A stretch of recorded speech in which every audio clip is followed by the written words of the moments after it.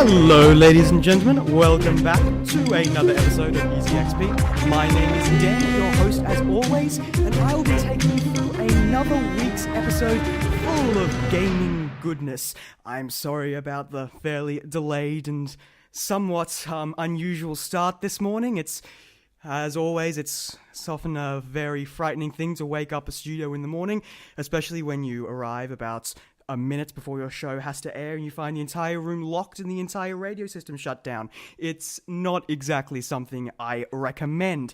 But with that behind us, we are good to go with the show, and so we are going to start as per our normal schedule. And as such, we are going to be going through some news, and then I'll be going briefly through what I've been playing this week, and then we'll finish it off with our normal discussion topic. And so, we've got the news, and astonishingly, things are actually happening in the world of gaming today. This week, it's been absolutely incredible. After a couple of weeks of absolute non-content, I can finally share some fantastic new stuff with all of you. So, I'm gonna have to be a little bit brief and cut down on my normal 3 headline structure because I've got quite a few things to announce, so I'll go through them quickly. I've got some game announcements. Alpha Sapphire and Omega Ruby for the 3DS. Remakes of possibly 2 of the most famous Pokemon games, and possibly one of the most requested remakes for Pokemon games of all time. That's been officially confirmed by Nintendo. Sunset Overdrive for Xbox One got some new footage. It's an Xbox One exclusive, and it looks like somewhere between a combination of Infamous, Dead Rising, and Ratchet and Clank. So for Xbox One owners, that's certainly something to be looking out for. And now and also, before I forget, a new Unreal tournament has been announced.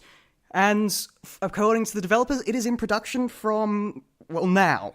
It'll be 100%, no strings attached, free. That's right, it's going to be free. There's no business model, there's no microtransactions. It's going to be 100% purely honest-to-goodness free. And the Unreal team are hoping to develop it with the contributions of fans in order to create the best Unreal tournament possible. But as I said, the development for that game has started literally now. So it's going to be a while before we get that one on shelves. And now on to some interesting news. We've got some very Nintendo-centric news today, and okay, if you're connected to the gaming world in any way, you've probably heard this one by now, but I'm going to reiterate it. Nintendo reports $500 million loss in the 2013 financial year. Nintendo published its financial report for the 2013 fiscal year to report a 46.4 billion yen, or $489 million operating loss.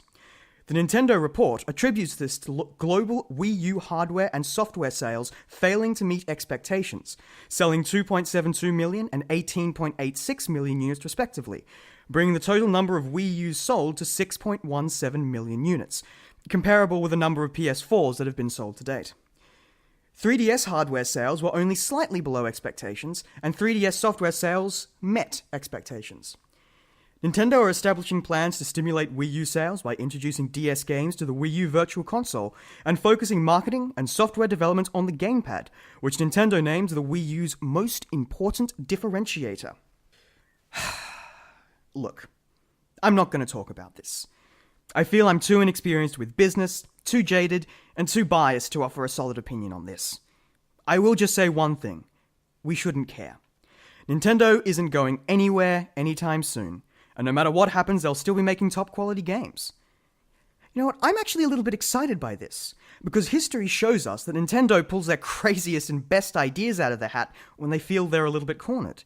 Well, when the 3DS was struggling, they cut the price by a third and gave everybody who owned one 20 free games.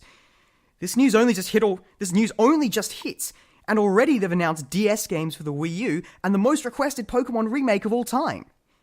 This year's E3 is certainly going to be very interesting. Trust me, I've been riding this rodeo for far too long to assume Nintendo is going to vanish. And perhaps this will be the little nudge Nintendo needed to properly future-proof their approach to gaming.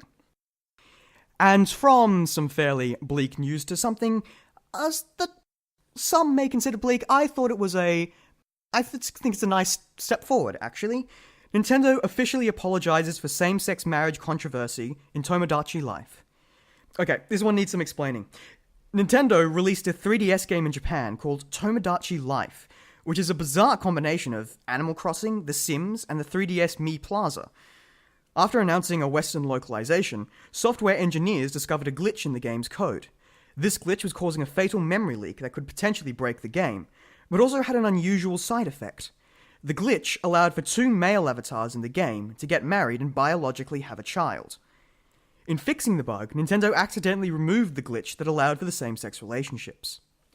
What followed next was a petition to re-enable same-sex relationships, followed by a series of unfortunately worded press releases and even more unfortunately translated statements, leading to a large amount of criticism. Nintendo have since formally apologized in an English press release. We apologize for disappointing many people by failing to include same-sex relationships in Tomodachi Life. Unfortunately, it's not possible for us to change this game's design, and such a significant development change can't be accomplished with a post-ship patch. We pledge that if we create a next installment in the Tomodachi series, we will strive to design a gameplay experience from the ground up that is more inclusive and better represents all players. Look, I think this is possibly the best way it could have ended. Obviously, it would have been great if they could have included such relationships, but as they explained, it seems like it's not something they could have just patched in. And it is very nice that they took the time to apologize and fully explain the situation. You know, just off topic, just thinking about it, wouldn't it be great if Nintendo, of all people, suddenly became the leaders of just like the revolution of gender portrayal in games? Just out of the blue, they dropped in a same-sex love interest for Samus or someone from Star Fox, or Falco, I suppose. And then just weathered the outrage like Nintendo seems to do best. I certainly think that would be incredibly ironic, considered the company's pedigree. But who knows? And that was the news. Quite Nintendo's focused and, some might say quite bleak. So, with that in mind, I'm going to take you to, a track from one of my personal favorite Nintendo games ever made. It's from, Metroid Prime 2. And it's a very interesting remix. Lots of remix when they take the original source material. They take it, they slow it down, they make it a little bit more smooth, a little bit more listenable. But this one is very interesting in the sense that instead of doing that, it takes a very ambient theme from Metroid Prime 2 Echoes, that being the theme for Torvus Bog, and speeds it up, makes it a bit more aggressive. As always, you can find this track on ocremix.org, as you will be able to for all of my tracks during the show and any track in the show, past, present, and future. And so, I leave you now with Torvus Chips. Enjoy.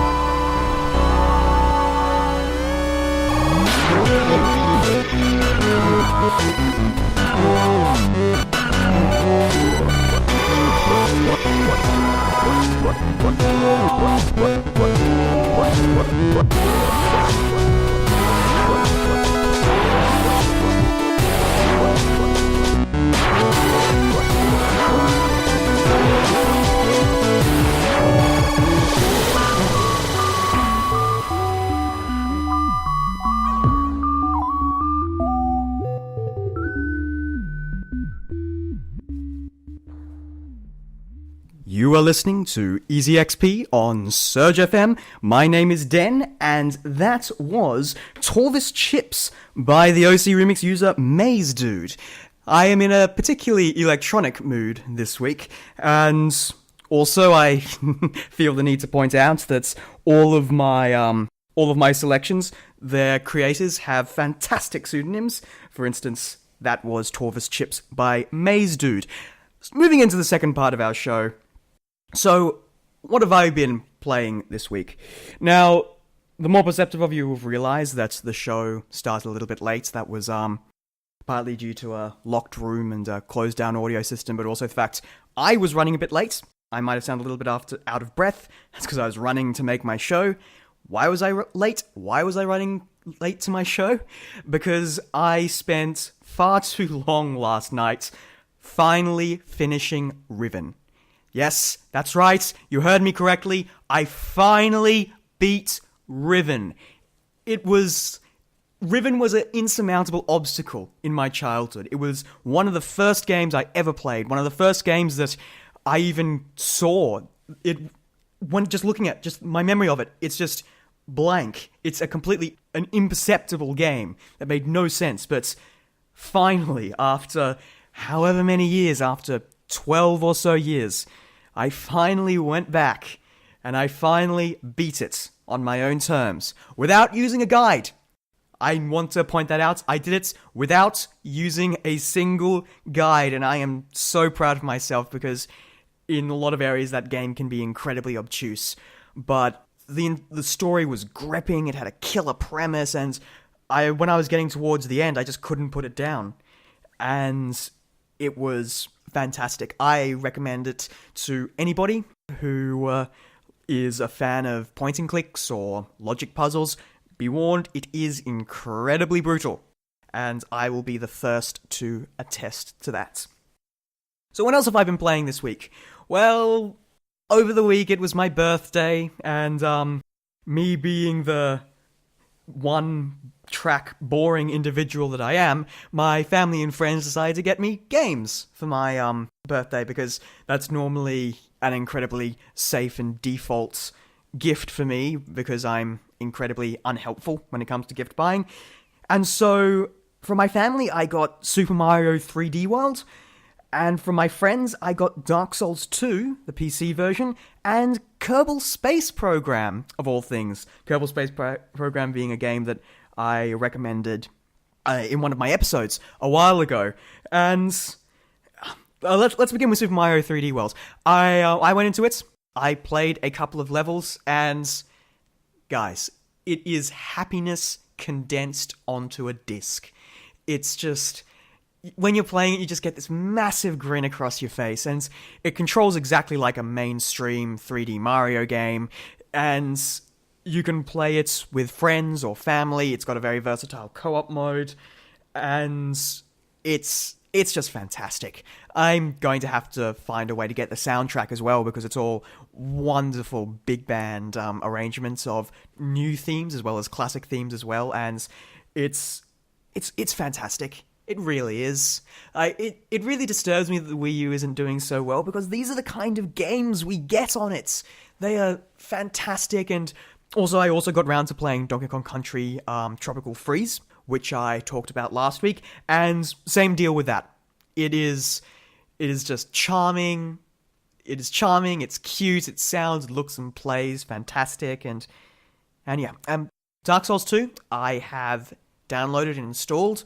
I haven't gotten around to playing it, because I still need to get around to finishing Dark Souls 1, which, considering Dark Souls 1, might take a very, very long time. And same thing with Kerbal Space Program. Although I have a feeling that Kerbal Space Program is going to teach me more about physics than my actual physics course does. So that is going to be very interesting. And so yeah, that's what I've been playing this week. Oh, also, something I played this week, I played a demo of Mario Kart 8 that was running at a store, so I thought I'd give it a go, play a few tracks, and I don't know what it is about it, but it plays so much better than Mario Kart Wii, at least. I don't know if they revised the controls, or whether it's just because the Wii U has more sensitive control sticks, but the way it controls and maneuvers, it feels almost like you're playing something closer to Mario Kart N64 or even Double Dash. It's the maneuvering and the control of the carts themselves is really, really precise, and it is a gorgeous game.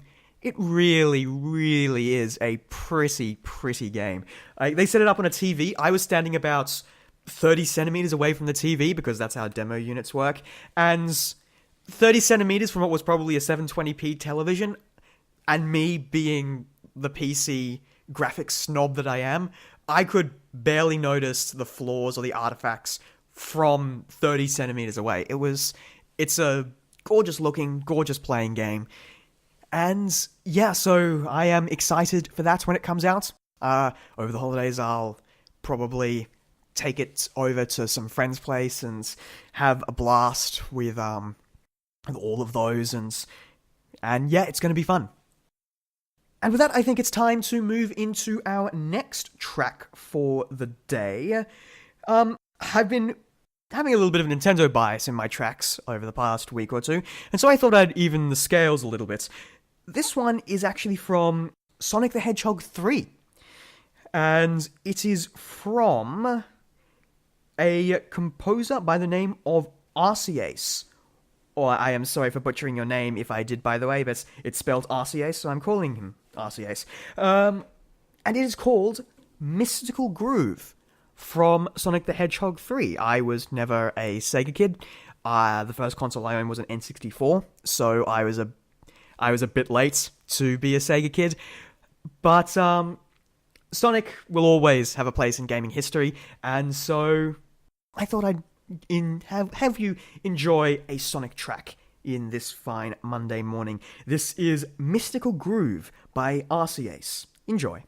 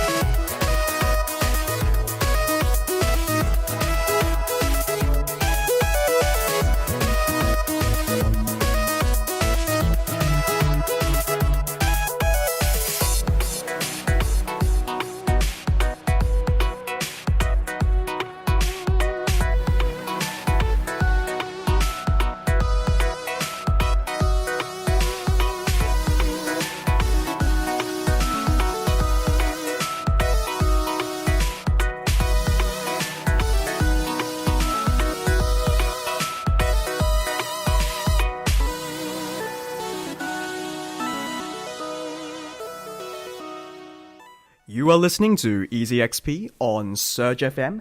That was from Sonic the Hedgehog 3. That was Mystical Groove, a nice electronic track for the morning. This week I have been feeling a little bit electronic, lots of electronic-based tracks. So I hope you'll indulge me. We had a very nice jazzy orchestral week last week, so I thought we'd indulge ourselves back with a little bit of chiptune and electronic stuff. And so, for our final session of the show, going to be talking about our normal discussion topic. This week, I thought, considering that with E3 just around the corner, and with all the rumours and hype for E3 starting to spread, I thought I would talk about what I, personally, would like to see coming at E3. What kind of things that I would personally like to see the big game companies pull out at this conference. Okay, so I suppose we can just go through systematically. From Sony, there's been plenty of rumors about new core franchise games, so The Last of Us 2 and God of War 4 for their PlayStation 4, which obviously is always a good thing. I mean, those games, you need a good old AAA mainstream game like that occasionally. And for the PS4, yeah, sure, absolutely. Can't wait to see them. Microsoft's, I'm not entirely sure. I suppose we might hear some more about Destiny. I'm definitely sure we'll probably hear about another Halo coming out eventually. That's usually par for the course for Microsoft, and especially considering they want to try and catch up on a bit of Sony's momentum, they really want to start releasing exclusive killer apps. That game I mentioned in the earlier in the show, Sunset Overdrive, might help with that. Like, that looks really, really cool. If I owned an Xbox One, I'd definitely be really excited for that. And finally, I suppose, Nintendo. Now, this is obviously my area of expertise, and so what I like from Nintendo, I would like for them to continue what they've been doing with their games. Just take what we know about them, bring them up into the modern era, and just make them absolutely shine, as they've been doing with the games they've been making for the Wii U so far. Like, I personally would like to see more about Project X, which is from Monolith, I think. Is Monolith the producer? Probably. Who made, not X-Blade, it was Xenoblade, that's one. Xenoblade Chronicles for the original Wii, which was an incredibly good RPG for that. And so Project X is a similar RPG for the Wii U, so I'd like further confirmation that that's still a thing, and possibly an idea of when we can play that. Probably want something like a concrete release date for Bayonetta 2. Would be nice. I'll probably go and pick that up. I never played the first one, but from what I've been seeing of it, it looks very interesting. A nice spectacle fighter. That's might be plenty of fun. And also, obviously, Metroid, Zelda, Nintendo. It's been long enough. Give us our Wii U, Metroid, and Zelda. And while you're at it, put a Metroid on the 3DS. We haven't had one of them yet.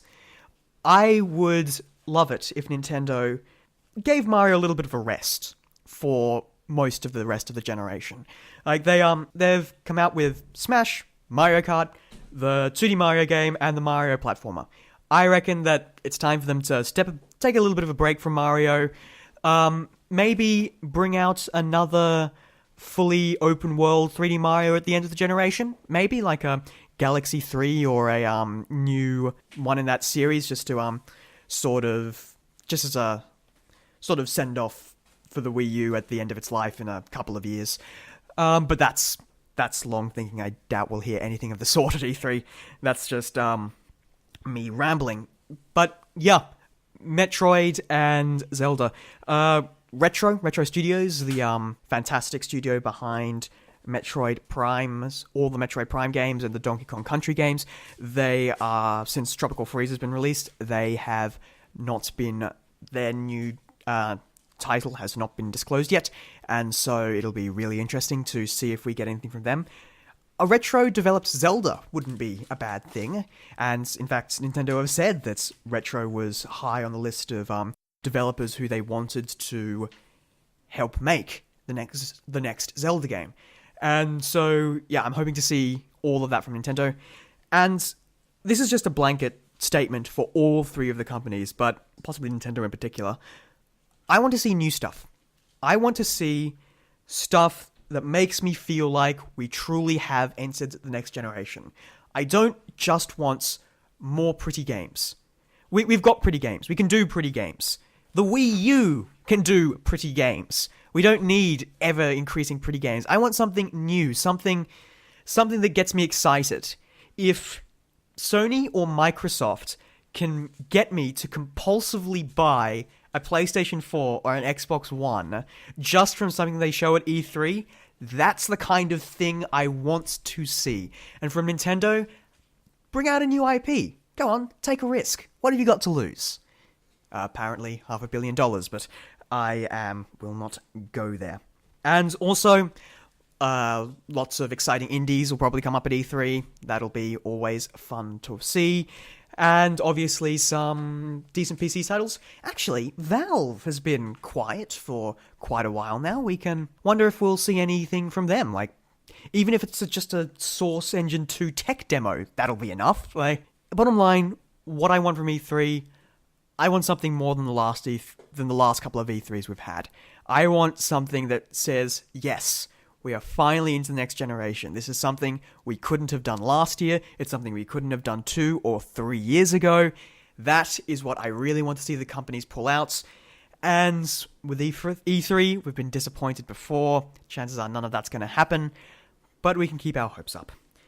And with that, I think it is finally time to end the show. It's been a bit of a sporadic show with a fairly hectic start, if I do say so myself, with some audio problems and, it's all done now, and we had a lovely time, I'm sure you'll agree. I am just about to turn it over to the lovely ladies at Jam, who are going to serenade you with some of their favourite songs for the next hour and a half, 2 hours. And so I will leave you off with my track of the week. As always, I am a sucker for a good Super Mario 64 track, and so when I heard this one, I thought it deserves to be track of the week. I know I did a Super Mario 64 track as my track of the week last week, but come on guys, it's Super Mario 64, what more do you want?